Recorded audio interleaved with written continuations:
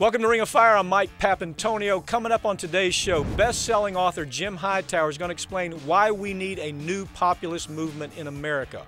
And we'll find out how the citizens' media is driving some of the biggest stories in America. We'll also take a look at the GOP obstruction dirty tricks that are preventing federal judges from being appointed. We have all that and more coming up right now. Just remember, you just stepped into the Ring of Fire. You can't change Washington from the inside. You can only change it from the outside. Grand jury secrecy rules. For political gain. The press can find out. That has nothing to do with politics, but go ahead. It wouldn't bother me. Oops.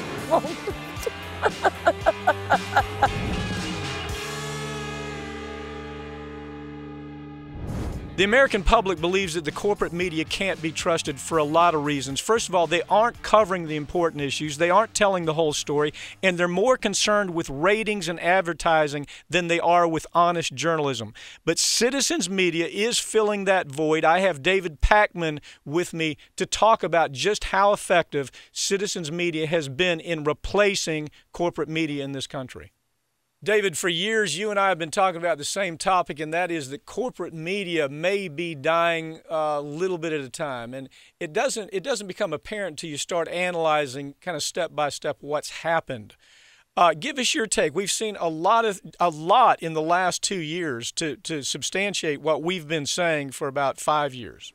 Yeah, and there's kind of two different fronts where we can analyze this. One is why stories are or aren't covered based on the interests that fund corporate media. And then number two is what stories are included or excluded based on what stories will drive ratings, which really is the same thing. It's about money. So when we talk about stories like the Trans-Pacific Partnership, that's more of a complicated story to tell. It's hard to tell it in 90 or 120 seconds. You have to explain who the players are. You have to contextualize it with past similar deals. Whereas, for example, the Chris Christie Bridgegate story is very easy to tell and understand. He closed some of the lanes, or someone in his administration did. That caused traffic problems. Let's figure out when he knew about it. So that's one lens where we have to kind of explore why we hear about Chris Christie all day and never hear about TPP, which affects so many more people. And then the first layer I mentioned is simply looking at who is funding corporate media and the interest that exists there in rocking the boat. There's certain controversies that are kind of approved on corporate media, having one person say climate change exists and having another person say it doesn't. That's okay, but you can't go too far rocking the boat. Well, okay, so I think when we take a look at what Gallup has had to say, and first of all, I'm not suggesting that I believe Gallup all that much. They have their own problems. But if you look at the Gallup numbers, the numbers are startling, really, David. I mean, where it comes to saying that the trust that the public sector has in the media at this point is at an all-time low. It's historically low. And one reason is that they don't believe that corporate media tells the stories. It's not that they change the stories. It's not that they cover up the stories. It's that they don't tell the stories because it's not in their corporate interest. What's your take on that? That's absolutely right, and there's really interesting, we have about 10 or 15 years of really interesting stuff we can look at. We of course know about manufacturing consent, and then we have more recent books like Dollarocracy by John Nichols and Alain de Botton, who has spoken about how much of corporate media today is about retelling stories that have been reported on by someone else, at this point typically a newswire, and editorializing around that. Now, there's one other thing about this trust in media that we have to remember.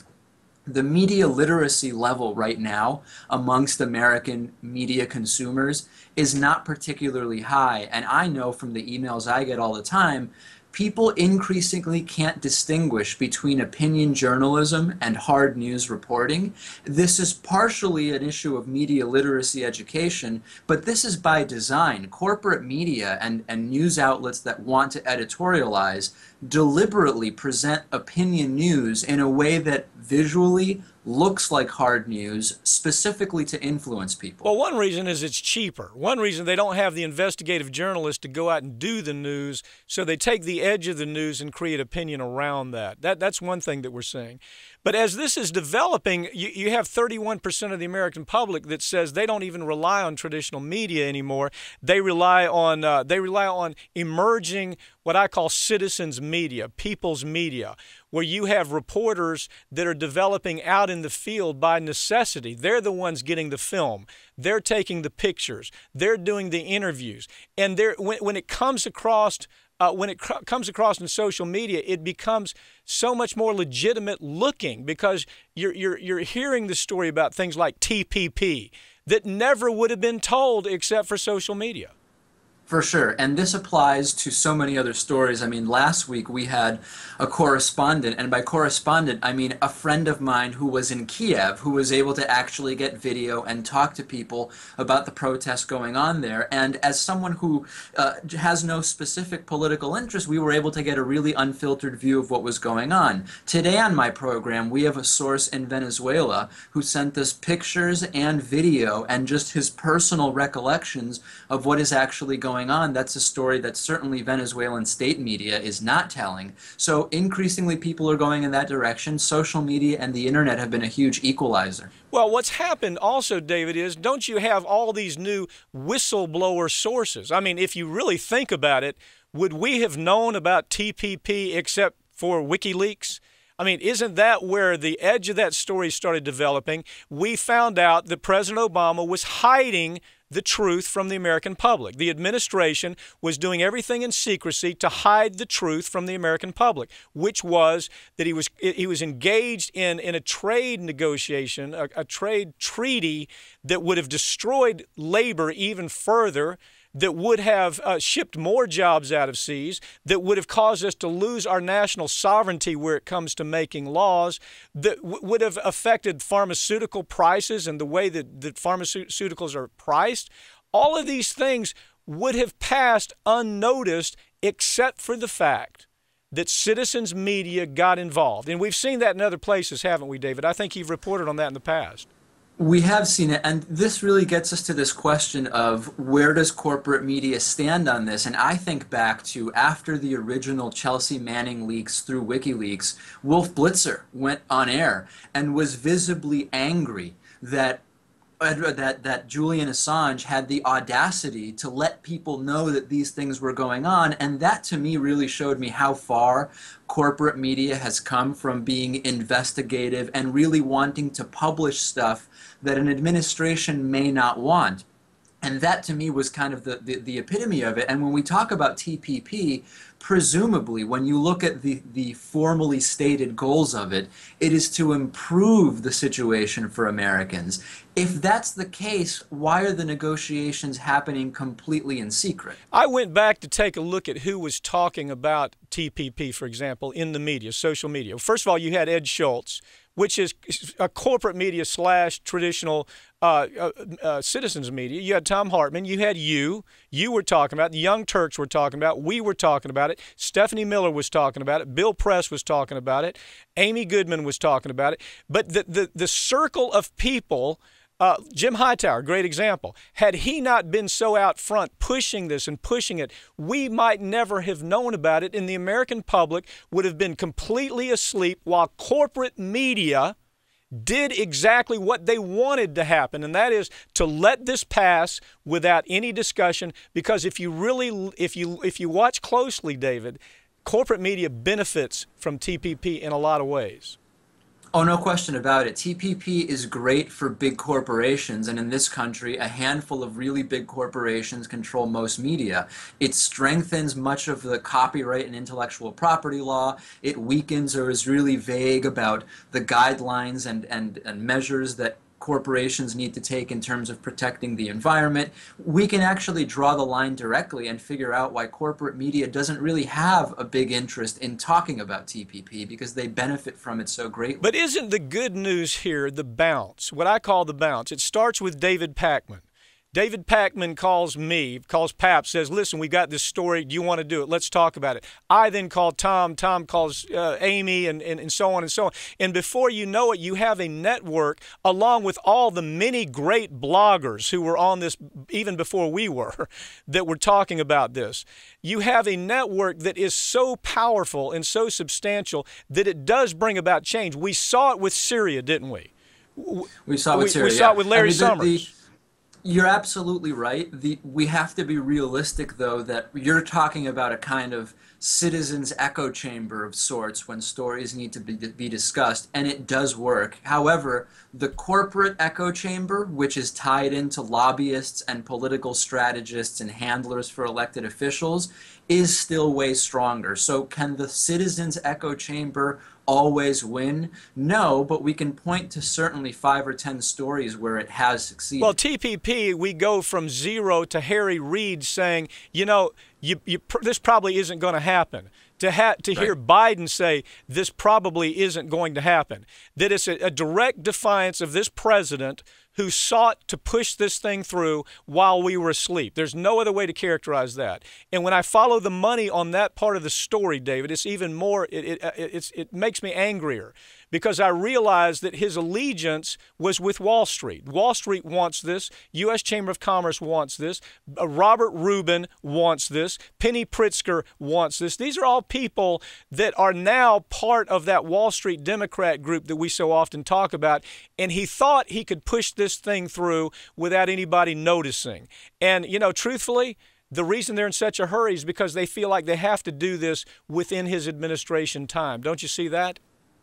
Oh, no question about it. And the reality is this is not that surprising, even if we think of Obamacare. For all of the good things that the Affordable Care Act does, it gives a lot of new paid clients to the same big corporations, the insurers, and the big banks that have interest in those insurance companies. So even though we can frame Obamacare for all of the positive things it does, it's still a huge boon for the same big corporations. So that's the trend that follows both of those. In other words, it appears that on its face it may be populism, but when you really dig down, we understand that the drug companies, it is a bonanza for the drug companies again. Because with Obamacare, there was no limitation on what a pharmaceutical company could charge, Medicare, Medicaid, although in every other instance, Medicare gets to say, you know, you're charging too much, we're going to limit that money. So I think the point being, let me land with this. Do you think the citizens media is in place, and what's the biggest threat in about 30 seconds? What do you think? Yeah, I think that citizens media is growing. The internet has been a huge equalizer. The biggest threat right now, I think, is issues of net neutrality. If all of a sudden the way that the internet is managed and legislated can allow the big internet companies to give preference to non-citizens media or to corporate media, that could create a significant bottleneck. And we see that happening right now with Comcast, don't we? Exactly. It's happening with Comcast and Time Warner, Comcast buying up MSNBC. It's all, the groundwork is being laid for it, so it's just even more work for citizens media. I think we're here to stay, though, David, and I thank you for all the years you've put in doing this. You've been an inspiration to a lot of young journalists moving into this area that want to tell the story, too. I really am very proud of what you've done. Thank you, David. Thank you.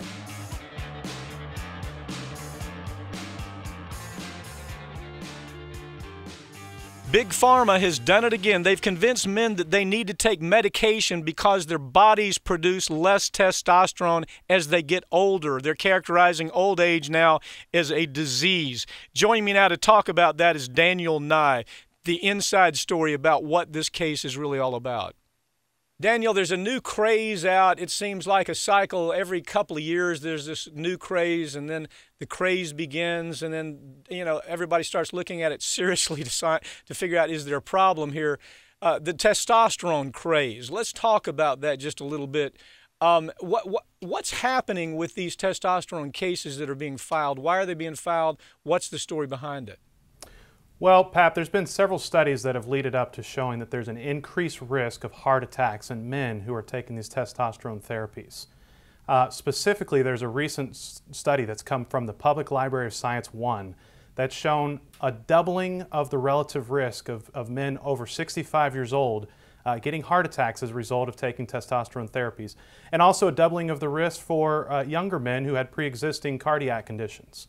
All right. Well, let's be clear. The problem area seems to be fairly narrow from what I've read. The problem area, as you point out, is over 65, younger people with a pre-existing heart problem, and the delivery system seems to be a big issue. In other words, a person taking the same amount of testosterone by way of injection that's predictable, the same day, the same way, is under far less risk than the person who uses the gel, or they even have a deodorant, underarm deodorant now that delivers testosterone. It seems that the delivery system is somewhat of a problem. Can you explain that absorption problem? That's right. There may still be cases for those with the testosterone injections, but the case seems so much more actionable if the person has been using the androgel. One of the issues that we're seeing is that when someone's applying gel in their underarm, you know, there may be a buildup there from the day before, and so they still have it, and they go and reapply, and there's no way to limit the amount of testosterone they're getting on a daily, each day.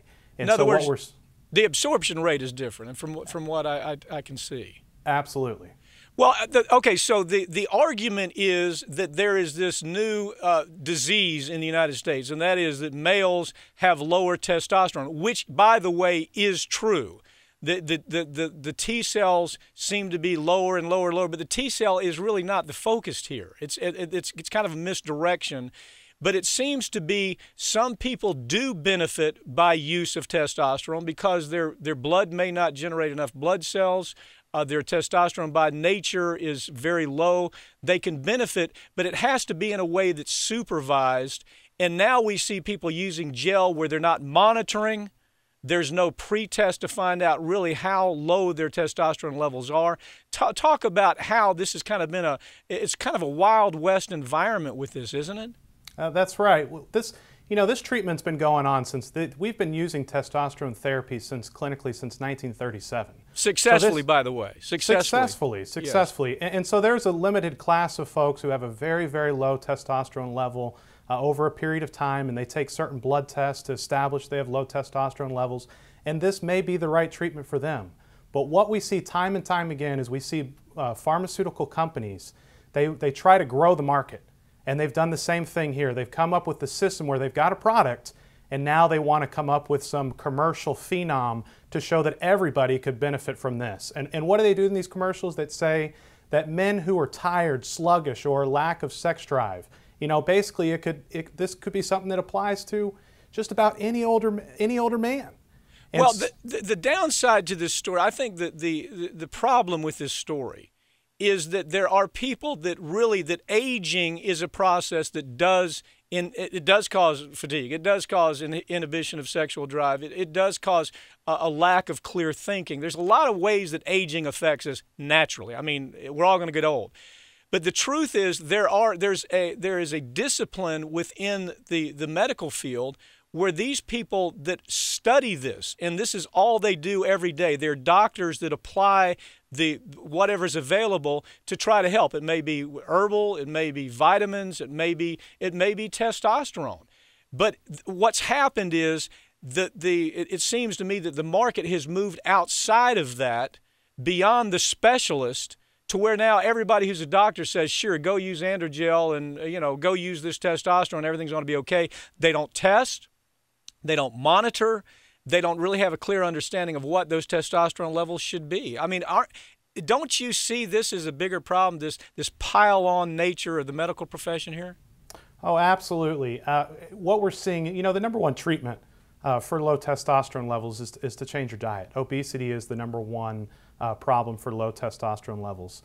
And what we're seeing, and also drinking, high levels of alcohol in the blood can also cause low levels of testosterone.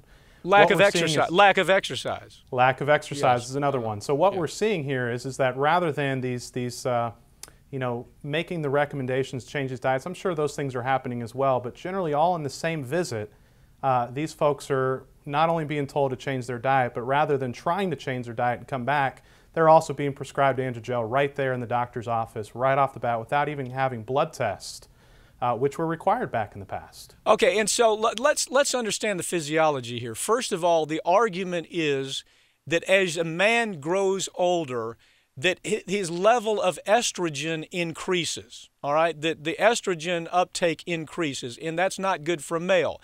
If estrogen uptake increases, it affects heart, it affects brain, it may even have some relationship now to Alzheimer's. It certainly has effect on diabetes. So all of these things of the estrogen uptake become a problem. Now, add to that there are ways to lower estrogen naturally. You can do it by way of certain vegetables, and as you point out, lowering alcohol intake, switch to a larger water intake, exercise. But those types of things blunt the estrogen uptake, and that's really the goal here, isn't it? The argument is that if you add testosterone, sometimes that testosterone converts to estrogen, and then the estrogen then is a threat to the heart. Isn't that kind of the physiology that we're seeing in this discussion? That is one of the things that we're seeing. I mean, on top of that is when someone takes testosterone, it may shut off their natural ability to produce testosterone. So as a result, they take these testosterone injections. It causes some of that transfers over to increase estrogen levels, and then they also don't naturally produce their testosterone levels. So in addition to having this increased risk of estrogen from the testosterone injections, they're also hooked onto the testosterone therapy oftentimes for life because they can no longer naturally produce the testosterone levels in their body. The people who specialize, and again, I want to separate the general practitioner out there that says, yeah, go get a patch, go use this gel, you go do this unsupervised. The person doing that simply doesn't understand all the parts to this aging process. For example, if you do the reading, and of course to prepare this story, we both did the reading. It's something as simple as simply lifting heavy weights. People, as you get older, if you lift heavy weights, that does a couple of things. First of all, it increases testosterone. And secondly, it helps build the strength of the bones. Now, the argument is testosterone does that without the heavyweight lifting, but the doctors who do this for a living will say, you don't do one without the other. You have to have, you take the testosterone, you have to have something to block the estrogen uptake, which might be zinc. It might be a whole host of things. It's something called DIM that blunts the uptake of the estrogen. But there's other things you can do. You can simply do things such as squats. You can do something as deadlifts. That increases estrogen levels. So isn't that part of the problem? That what we now have is these ubiquitous testosterone products that are out there to be used by whoever the hell wants to use them without any real supervision from the FDA. Isn't that where this is all going? That's absolutely right. You know, as along those lines, it's not just taking the testosterone treatment. It's a part of a whole lifestyle change for those folks who need this testosterone treatment. And they're not getting that when all they're doing is seeing their family medical provider. It takes, on top of that, they're oftentimes not being monitored for the potential complications, whereas the specialist would monitor those issues. Right, and one thing the specialist does is he gives them the testosterone. They come back the next month. They says, look, you're putting on weight. That's not natural. If you're putting on weight, that's telling me that your estrogen levels are up. Your midsection is getting bigger. You seem to be putting on body fat in the midsection. That tells me your estrogen levels are rising. The testosterone is not doing what it's supposed to do. So there's a balance that a trained specialist will know how to use. And I don't give up on the idea that trained specialists really can handle this safely. It's just this general practitioner that's using this day to day without any kind of real oversight that scares the hell out of, it should scare the hell out of anybody using this product. Listen, thanks for joining me, Daniel. As usual, you're on front of this story, and I hope that this will be this is going to uncover some important parts of the testosterone use in the United States. Thank you, Pat.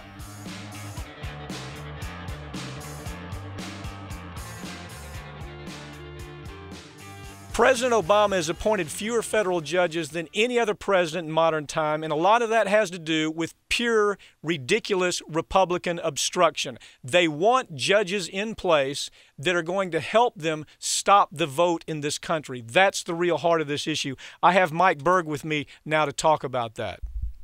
Mike, about a year ago, we started doing stories about the idea that the judicial appointments that are being made by this administration it's an emergency situation. They simply are not being made.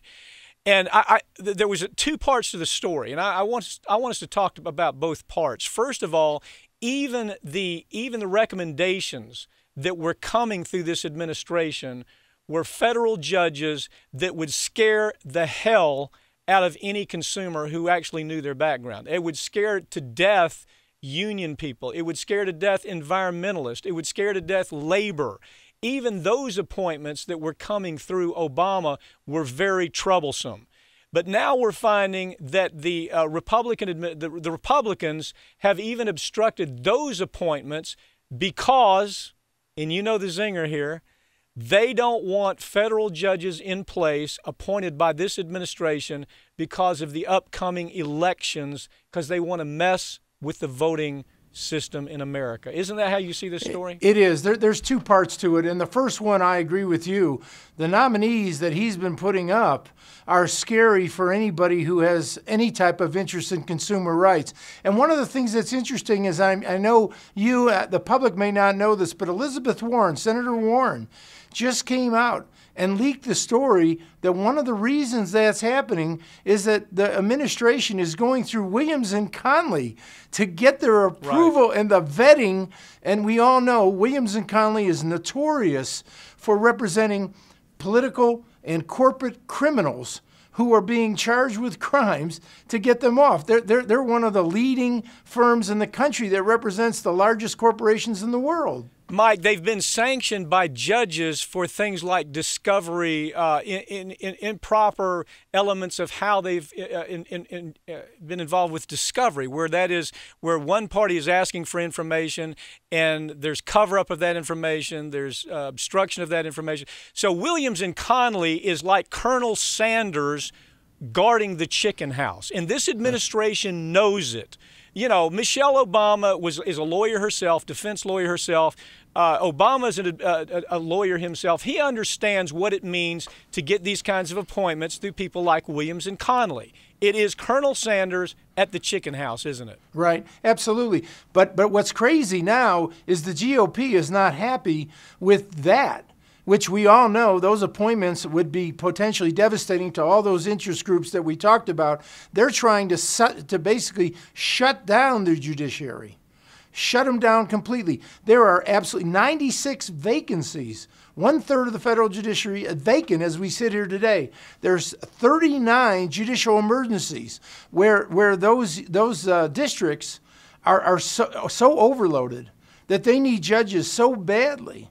And yet, even those appointments that have been handpicked by Williams and Conley, the GOP and the Republicans are shutting it down because they do not want this administration to have any appointments. Okay, now before we move from that Williams and Conley point, let's make it clear to the listeners. First of all, they represent the oil industry. They represent Wall Street. They represent anti-labor almost at every turn of the way. They are anti-consumer. Virtually everything they do is anti-consumer. And this president says, yeah, I'm going to use them as the clearinghouse for who I'm going to appoint. And to say that he's unaware of that is ridiculous. Now, let's move to another point. A year ago, Mike, you were talking about the idea that if appointments are made by this administration, even if they're not too great of an appointment, they nevertheless are a Democratic administration appointment, right? That's true. Now, the Republicans, and you talked about this a year ago, you said the Republicans are going to try to gain control of the federal judiciary where they can stop any type of election reform that's going to prevent people from going to the polls. If you have a judge that won't allow laws to be passed that prevent, that actually help people, encourage people to go to the polls, then the Republicans, that's a victory for them. I mean, you were talking about this a year ago, and sure enough, now other people are talking about this. What's your take now? Well, same thing, and now they're putting into effect. What's interesting here is the Democrats try to change the rules on the filibuster, thinking that will open the doors for these federal judiciary appointments. But there's all kinds of rules and shenanigans that are going on in the GOP that are keeping these people, even those that have been approved by their senators. What's crazy is a senator may go ahead and approve an individual to go through the process, and now they're pulling tricks and games and shenanigans to keep the vote from coming to the floor to have those judges appointed. Well, Michael, People for the American Way have been writing some really good material on this. They point out that that in 5 minutes, 32, now listen, 32 judges could be appointed in 5 minutes. But what's happened is the Republicans have put together they're using obstruction methodology. And by the way, Leahy, who is in charge of the committee, has let him get away with it. Leahy is a Democrat. Leahy is allowing this to go on. Isn't that troublesome in itself? I mean, Leahy allows him to use all of these tricks. Now that filibuster at least has been somewhat pushed back, the Republicans just say, well, now let's use some of this stuff that's never been used. What are the couple of the things that they do besides not showing up? For the vote. Yeah, number one, they don't show up for the vote. Number two, they have the right to have a certain number of hours for each judge to be approved. And when you add that all up, to get those 32 that were already approved and ready to go, 204 hours to clear the nominees that have already gone through. Well, they would have to shut down the Senate for all other business to try to get that done, when in fact, as you mentioned, Mike, and absolutely it's true, they could do it in 5 minutes, an up and down vote. A yes or no vote, in 5 minutes you can get those cleared, but they're demanding for the full amount of time, which basically shuts down the process. To show you how crazy this is, let's just use a couple of examples. You have Marco Rubio, for example, from Florida. Okay, Marco Rubio personally recommended a man by the name of William Thomas. He's the guy who fought for him. He put him up there. And now Marco Rubio in Florida is the guy that's preventing William Thomas from being appointed to that seat. Now, first of all, for Marco Rubio to even agree to William Thomas is extraordinary. And if you look at William Thomas's history, you see why Rubio would agree that this fellow should be appointed. I mean, the guy is anything but a great consumer judge. I mean, he's going to hurt consumers in the worst kind of way. But now Rubio says we're not going to even allow him to be appointed. And why? It comes back to what you talked about a year ago.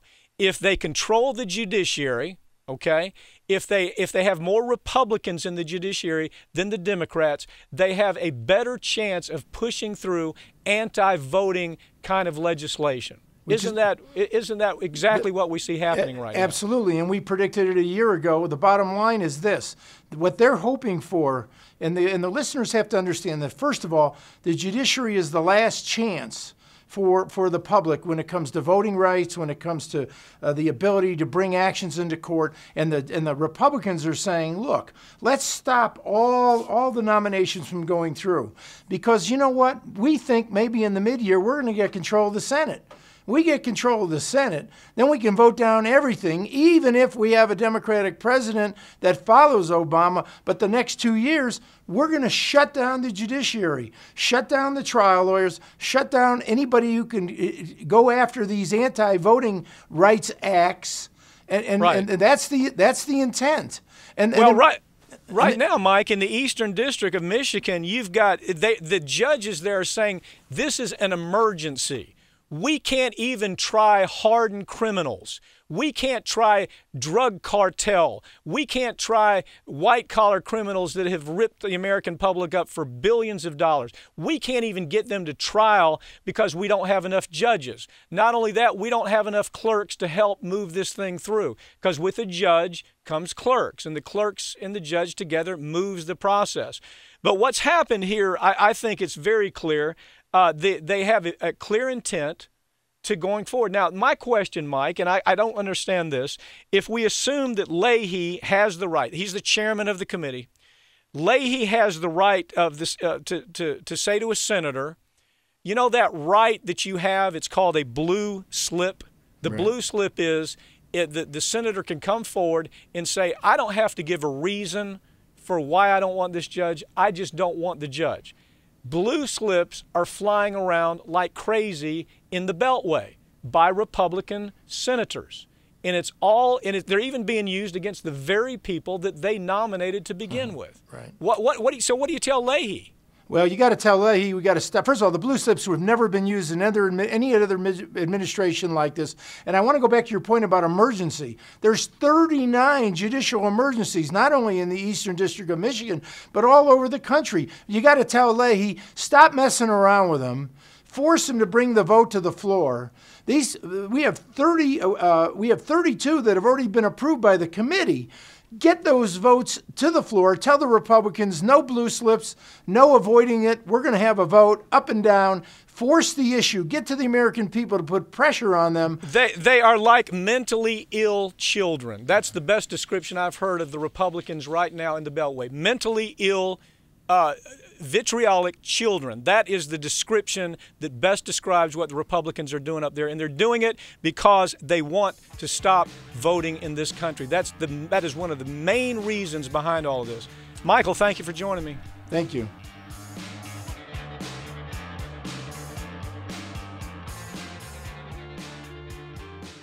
The number one problem with American politics is that corporations have too much control over our elected officials. It doesn't matter which party you're talking about either. It simply does not anymore. It's time for something new. Jim Hightower is here to talk about the idea that that new thing might be a serious movement of populism in this country. Jim, it appears that the billionaires are a little upset these days. I think that they sense that there is something that's afoot in the United States. They don't know exactly what it is. I guess maybe it maybe smells a little bit like populism. I guess that's scary to a billionaire, huh? Well, they seem frightened anyway. You know, we had this Perkins guy, a hedge fund guy out in San Francisco who wailed about the progressive war against the rich and how he was frightened by it, and even compared the people's criticism of the one percenters today to the Nazis' assault on the Jews. So, yeah, that was Wilbur Ross that you're talking about. I don't know if you followed up the story on the meeting of the 200 billionaire, the little get-together that they had in New York City. They do this every year. It's a group called the Kappa Beta Phi Group. This is a group of the wealthiest Americans, all from Wall Street primarily, and you had Wilbur Ross there running the group, and I thought it was interesting that in there you had virtually everybody that we have given money to as taxpayers to bail them out for their sheer incompetence. They were at this meeting that's been going on for quite some time. As a matter of fact, this is a group that started in 1929. And so you had a New York reporter that was able to sneak in and film some of this and record some of this. And I thought it was really interesting that fraternity's motto is, while we live, we eat and drink. And most of the meeting, it sounded like, was really attached to the idea of trying to humiliate and make fun of organizations like the Occupy movement, make fun of organizations that represent the 99%, make fun of people like me and you who talk about issues that actually affect the American public. But I thought it was it's an outrageous story that has never been told until this reporter actually made it into this meeting. That, by the way, that just to give you an idea of who's involved here, you have people like Dick Fold, the unsuccessful fool who crashed Lehman Brothers. He's CEO of one time the CEO of Lehman Brothers. You had the CEO of Bear Stearns, also another failure, Jimmy Kane, who crashed Bear Stearns. You had the global, the MF Global flameout. John Corzine was there. And so these are people who are all members of this fraternity of billionaires that think it's so important to make fun of the notion of populism rising up in the United States. And frankly, they're afraid of it. What's your take? You know, Lily Tomlin said, no matter how cynical you get, it's almost impossible to keep up, you know, and these people are just nuts. But yeah, they fear the people. And that's what populism is. Populism is the uncorporate America. It is the vast majority of our people. It is the core politics of the United States, who are constantly having to battle the people, the few, with the money and the power at the top. And so this frightens them very much. It hasn't been a problem over the years because they've had enough of a middle class to buffer themselves. But now they've done away with the middle class. And so the vast majority of people, 90% of us, in fact, have lost income over the last 30 years, over the last 5 years, and have not recovered, while the billionaires have gotten additional billions. So yeah, there's a little bit of public being miffed about being knocked down and stomped on while they're down. And so there is this rebellion in the countryside that is building, and it's political, it's cultural, it's social, it's economic. It is old-time populism coming alive again in the countryside. We have a whole history of populism going all the way back to the Revolution. Why don't you run through that history and remind the viewers that we've always been populist at heart? I mean, real populist, not the media populist. You know, most of these reporters don't even understand what the hell populism is. But we were really populist. That's our history. It's in our blood, isn't it? It is. The original rebellion, you know, was not just Thomas Jefferson and the Adams brothers, the Adams family. It was, in fact, ordinary folks who were in that. And then there was a rebellion against those powers that be called the Shays Rebellion. Daniel Shays, who was a farmer who went into the Revolutionary War and came home and found that the Boston elite, who were leading the American Revolution, in fact, had stolen their farms while they were all fighting. Well, you had a Texan populist that outlawed banks, I think, around the 1800s. Well, the first state constitution in Texas outlawed banks because we were settled by mutts and mavericks here in Texas, not bankers, not oil men, but people who hated banks, hated. To form a corporation, Pat, you had to go to the legislature and get a 2/3 vote of both houses. People did not trust concentration of economic. Well, and there's a reason for that. And the reason was that the bankers went to Texas and took everybody's property. They left them in poverty. They were charging them usury kind of rates just to be able to live day to day. The bank owned the farm before it was all over. And then when they did a look back to see how did this happen, it didn't simply happen by happenstance. There was a design. There's many great writers have said there was a design for the bankers to go into a place like Texas, exploit everything they could, take advantage of the people at every level, and then leave, just like we might do in a third world country. Yeah, well, that's what Walmart does today, right? You know, goes into an area, drives out the local businesses, and then if there's not enough business, they say, well, we're leaving, you know, and then you've got to go a county or 2 counties away to get, you know, even prescription drugs, you know, or you know, diapers and things like that. So, yeah, this corporate power has, and, you know, the concentration of money and power has always been the central politics of the American people, and it's in us viscerally. You know, people don't know the name of it, but that's why there's such a rebellion taking place today, but it has always been there. And that populist movement was a dramatic uprising, very successful uprising after the Civil War for about 30 years, and it completely framed a whole new politics that we're still in today. For example, the People's Party, which was the political arm of the Farmers Alliance movement, in the 1870s, 1880s. It was the first party to call for women's suffrage, the first party to call for wage and hour laws for labor, the first party to call for direct election of senators, for the end of the system of allowing governments to come in and then the people getting all the jobs. So it was a tremendous political movement that was also cultural and was economic. They they dealt with the banks by creating their own banks, cooperative financing systems. And then they had co-ops to store the farmers' commodities so that it could be put in the marketplace at a time when a good price was available. Then they had cooperatives to market those commodities. So it was the uncorporate America by creating these democratic cooperatives that the people own and the people controlled. The Occupy movement's great contribution was not a legislative program. I mean, they said, you know, we're not an organization, we're a rebellion.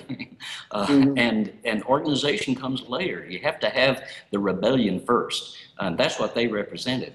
And their great contribution was that they took that issue of inequity and they personalized it. They gave it a life. Even the term Occupy contributed to that, and of course then the phrasing of the 1% versus the 99%. So people identified with that in a way that, you know, political science articles or political speeches cannot reach people. I reach people with that central issue of the inequity, the few plutocrats versus the many, and the takeover of our democracy by not just really a plutocracy, but I call it a kleptocracy, a thievery that is taking place of people's jobs, people's right to vote, people's control of their own economic decisions over their own lives. So this rebellion comes out of, again, the visceral feeling that these young people initially at Occupy expressed. And now we're seeing it again, like the fast food rebellion, the workers there. They gave a very specific response to the Occupy inequity argument. That has to be terrifying for corporate America when you say, okay, first of all, they've accomplished beating the unions, organized labor down just to where they're almost a ghost of what they used to be. But now emerging is this alternative labor movement in America that you're talking about, where you have Walmart workers saying, hell, I don't need to be a member of a union. I'm just not going to show up for work. You try to replace me behind that cash register, see how many days you miss. Or even something as basic as the person working at a fast food place. Well, how long do we cook the French fries? You know, when do we how do we handle the services that all these people have learned for so long? You close that down for a week, and how much money does McDonald's lose? So now you have this big pushback even against alternative labor movements like you're describing. Well, and Frank, the fast food rebellion really stunned the whole corporate establishment, because these are the people with the least power in our economy. There are people who, you know, have a high school education or not. There are people who are economically at the lowest level and still employed. There are people with no power in the marketplace, no power in the workplace, no power really in the voting booth. And so the corporate powers then were stunned that, wait a minute, these people are loose? And again, the American people, even the consumers, identified with the plight of those workers. And that's why it succeeded so strongly, because there's broad public support for the rebellion against inequity that is taking place. And they're the face of it. The notion of change, of populist kind of change, has to take place at the very top. You have to have a leader, and until you get that, I don't know how you change much. What do you think? Well, I think the change comes from the bottom. I think it percolates up, and that then creates the leadership. And we're already moving in that direction. You know, the U.S. Senate is a different place this year than it was last year. That's because of Elizabeth Warren, because of Tammy Baldwin getting elected. That's because of Sherrod Brown, coming forward, Bernie Sanders stepping out, because now we're talking about structural change. And that's the real change. That's the difference between Obama and, say, an Elizabeth Warren. You don't regulate banks. They have platoons of lawyers who find their way around regulations and punch loopholes into those regulations. Rather, you restructure the banks. You decentralize that financial power down to the community centers, down to the local banks, the independent banks, cooperative banks. You find new ways to get that money around. You restructure. Same thing with healthcare. You don't ask the insurance companies to handle the healthcare reform. They're the problem. Rather, you take it out of their hands. You have Medicare for all. That's a structural reform. The media establishment, the mass media outlets in our country are concentrated economic power. I would not be surprised that a number of them were among the 200 at the meeting. They were. No, they absolutely were, yes. So they're not going to cover this stuff. They don't want the people to know about it, much less get riled up about it. But that's the importance of your show. That's the importance of my newsletter and the work that I do, and that Amy Goodman does, and Tom Hartman does. And, you know, we have an alternative media. We just got to get it extended more. Yeah, so we can't expect their media to cover us. And to cover this issue of the people rebelling against corporate concentration, we have to create that media ourselves. Jim Hightower, great American hero. I say it all the time, and I'll continue to say it. Thank you for joining me, okay? Great to be with you.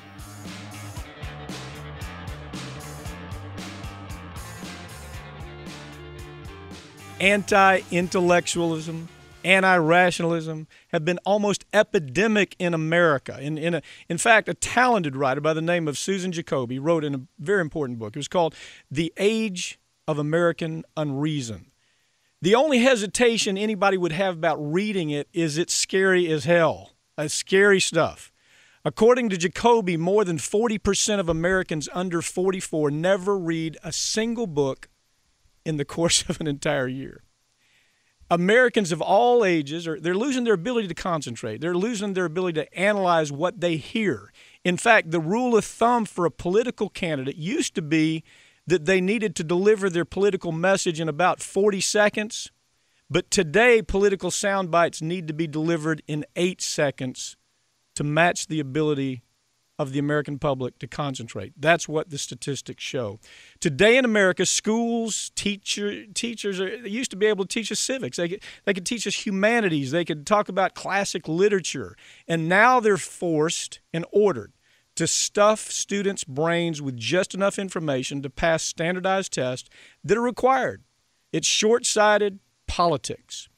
Those politicians, they cajole, they force school administrators and teachers and students into perpetuating a system that lacks the design to help children learn, to help them think critically. Instead, they're taught to simply regurgitate numbers and words. If you want to gain a little perspective on how dumbed down we've become, take a map of the Middle East to work. Ask one of your coworkers to point out where Iraq is. Ask him to find that place where 5,000 Americans died for a war that was based on lies because they were easily gullible enough to buy into the lies. A place where we spent $3 trillion on an endless war. A war that was motivated by nothing less than empire building. It was all about oil. It was all about things. It was all about more power. Jacoby is one of the several contemporary writers who believes that it's impossible to sustain democracy if we can't intellectually analyze the times around us. If Jacoby's, if they're right, if these writers are right, and this anti-intellectualism is a trend in America, then spoon-feeding our children with facts and figures designed to merely pass a test are never going to prepare us to preserve democracy. The truth is, when we firmly grasp the timeless themes that are found in novels like Grapes of Wrath or Elmer Gantry or 1984, then we're on our way to better protecting democracy against the Mitch McConnells, the Rush Limbaughs, the Rand Pauls, the Peter Kings, the Bill O'Reillys, the Glenn Becks, who infect the process of democracy by abandoning intelligent, rational thinking. Joshua Holland's going to be with me today on the show. He wrote a piece for Alternet. It gives us an idea of how serious the problem really is. In 2011, Newsweek asked 1,000 Americans to take the standard U.S. citizenship test. 38% of them failed that simple test. 1 in 3 of those people couldn't name the vice president. Joshua explained in his article that in 2009, in a study that was done in Europe, it was a study that looked at how informed citizens of the U.S. and the U.K. and Denmark and Finland, how informed they were of international news of the day. And the results were pathetic. They were ugly. Overall, the scholars wrote that the Scandinavians emerged as the best informed with an average about 67% correct responses. The British close behind at about 60%, and the Americans lagging in the ugly rear to the tune of less than 40%. Americans didn't do any better where it came to understanding important domestic stories either. Joshua Holland concluded that the widespread ignorance of objective reality poses a genuine threat to democracy. It appears that the people of the United States have ignorance in abundance, and the problem is it affects this entire political system. By this time, most people who follow non-corporate media have heard about Dunning and Kruger's study. They know all about it. In a nutshell, it established that most Americans are too stupid to recognize that they're genuinely stupid. But add to that a new German study by Matto Nigel. It's an important study because you begin to understand that the more politically conservative you are, the more Tea Party GOP you have in your blood and your brain, then the less capable you are of recognizing how incompetent and woefully underinformed and ill-equipped to make rational decisions about politics you are. The truth is, when you look at the studies, if you fall into that knee-jerk, always right-wing conservative camp of politics, you are what's considered the low-hanging fruit in politics. You're the group that behind closed doors, politicians and strategists laugh about because they know how easy you are to hustle if you fall into that group. You're the most likely to accept massive, irrational lies delivered by very manipulative neocon demagogues. You're the people they're after. You're the ideal target for extreme politics that borders on fascism. These aren't new ideas, ladies and gentlemen. These ideas have been around a long time. Take a few hours and read Erich Fromm's classic work called Escape from Freedom. And you're going to conclude that the same thing he concludes, and that is the least informed, the most irrational, the most extreme conservatives are the most susceptible to dictatorships. They're the most susceptible to extreme government, to fascism. That's what Erich Fromm says. This idea has been out there a long time. These studies, all they're doing is they're just another proof of what writers like Erich Fromm were saying a long time ago. Chances are, if you're one of those corporate media, the Fox media, really, if you're a Fox media bonehead, who still believes that weapons of mass destruction were found in Iraq, Saddam Hussein blew up the Twin Towers, or Obama is a secret Muslim, or Obama wants to take your guns and he's going to go house to house taking your guns. If you're one of those people who believe that Obama has FEMA prison camps set up for you and other Tea Party Republicans, then search no further. You truly are the uneducated, childlike, impressionable, irrational, dangerous cog in America's political system that puts democracy at most risk. That's it for this week's Ring of Fire, but you can keep up with us throughout the week online at ringoffireradio.com or on Twitter at Ring of Fire Radio and on Facebook. I'm Mike Papantonio. We'll see you next week right here on Ring of Fire.